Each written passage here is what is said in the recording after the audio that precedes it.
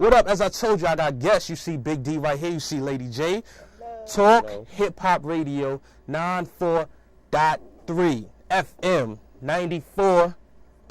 All right. So right now I'm gonna introduce my guest. I'm gonna talk about her because I did some research. Yo, she played for LIU. She's a Hall of Fame. Jania Butler is her real name, also known as Lady J.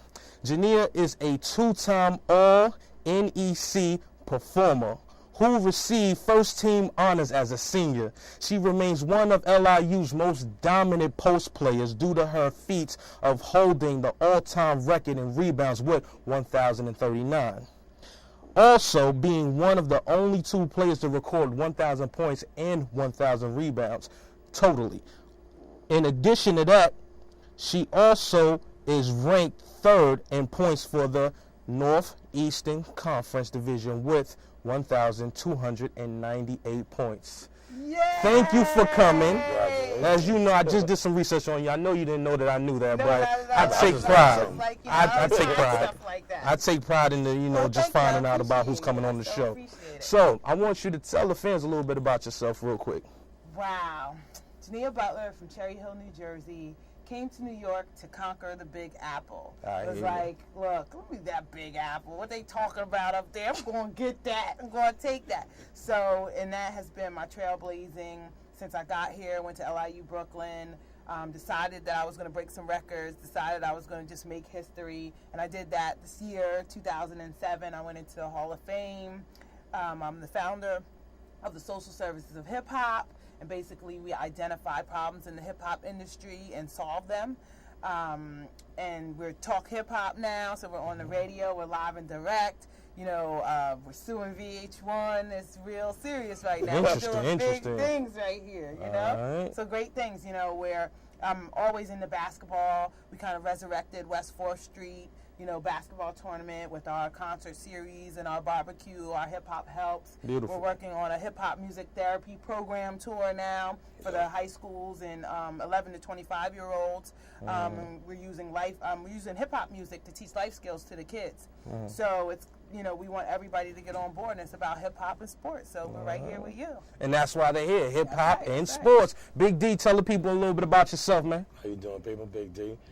Talk Hip Hop, like he said, 94.3 every Sunday, 4 to 6. Jania and I got together maybe, 6 shows ago recently, and started putting this out there in the street to bring to the community knowledge, just more knowledge of, especially when it comes to our people, black, of course. Basically. Hip Hop is involved in everything. I learned that from Jania. I learned that from my past. I DJ, do special events, private parties, stuff like that. But most importantly, we want to just bring stuff to the community. Bring it out there so people understand what's going on, stay focused, even find out the little undercrete words, undercrete stuff that lies beneath the carpet. You know what I mean? Like things that come up that people speak about, but there's a focal point that you missed. We bring it to you so let you understand what that focal point is. Definitely. So that's a beautiful thing. They're doing positive things, so you need to tune in. As I said, Sundays, 4 to 6. 4 to 6. 94.3. Well, with that being said, we're going to get into the first topic. Everybody's been talking about KG, Ray Allen, Paul Pierce in Boston, but the question is, how far are they really going to go? I'm going to throw it to you since you're the ex-ball player right here. Ooh, I think they're going to go far. I think because in basketball, it's all about ego. And it's all about whether you have an ego or you don't have an ego. And I think those three right there will be able to work together well because they're able to put their egos aside. So you have Kevin Garnett, who's so appreciative that he got out of Minnesota and somebody wants him and they let him go. So he's going to give you that hard game every day. Like, this is his opportunity and his chance. And I think he's going to be one that's really going to seize it. Then you have Ray Allen, who's just like a quiet storm, doesn't complain, just shoots the three and keeps it moving. That's my pretty boy, Ray Allen. I'm trying to see you, okay? I just want to let you know. I'm trying to see you. I already ran up on him, so he knows, okay? And then you have Paul Pierce, who has held Boston down, and is now, Big D was saying earlier that Paul Pierce is laying back. How's he going to do that? I mean, he's been in the front runner for so long that if you give me some help, I'm going to lay back because I'm tired now. So if everybody just plays their role, I think this is going to be a great team, a dominant force in the East. All right, that's interesting. She said that. I'm going to throw a question to Big D right now, though. We got the trio. who's on the bench.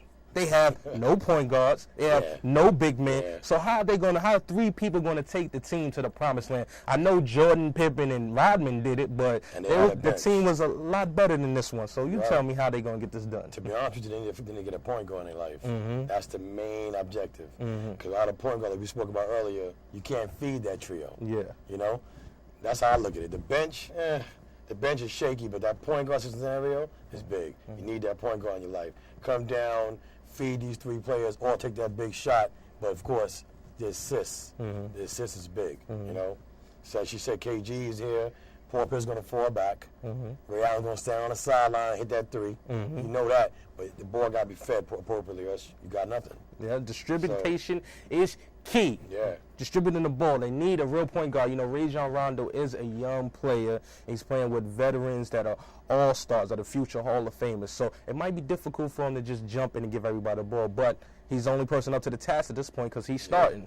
But the main thing I want to bring on light right now is a lot of fans of y'all watching, they did sign James Posey, shooter, offensive threat. They did sign Eddie House, who's a streaky shooter. They did acquire Esteban Batista, who tore it up in the FIBA World Classics at Las Vegas. He did do his thing, but will he contribute to the team? You know, that's why I'm just looking at the whole all-around structure of. I think that if they can get the role and being role players and understanding that their role, that all you need to do is go from A to B, execute, and we'll keep it moving. And if they get that in their system, I think that they'll be okay. You know, a lot of teams, and that was the thing with the Bulls back in the day, was that he had B.J. Armstrong playing his role. You know, overdoing it. Yeah, everybody had a role to play, and this is your box, and you stay in it, and we'll win. So if they can get that, I think everything will be okay. If Phil called somebody out, nobody had a problem.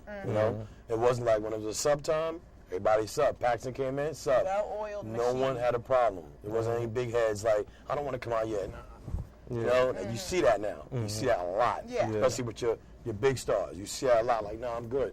Yeah, Pippen had that once. Yeah, you did. The finals when Phil Jackson told Tony Kukoc to take that shot that won the game for him. Pippen sat out of the play because the play wasn't going to him. So Pippen had attitude, basically. It came out when Jordan left. He wanted to be the superstar. Okay. So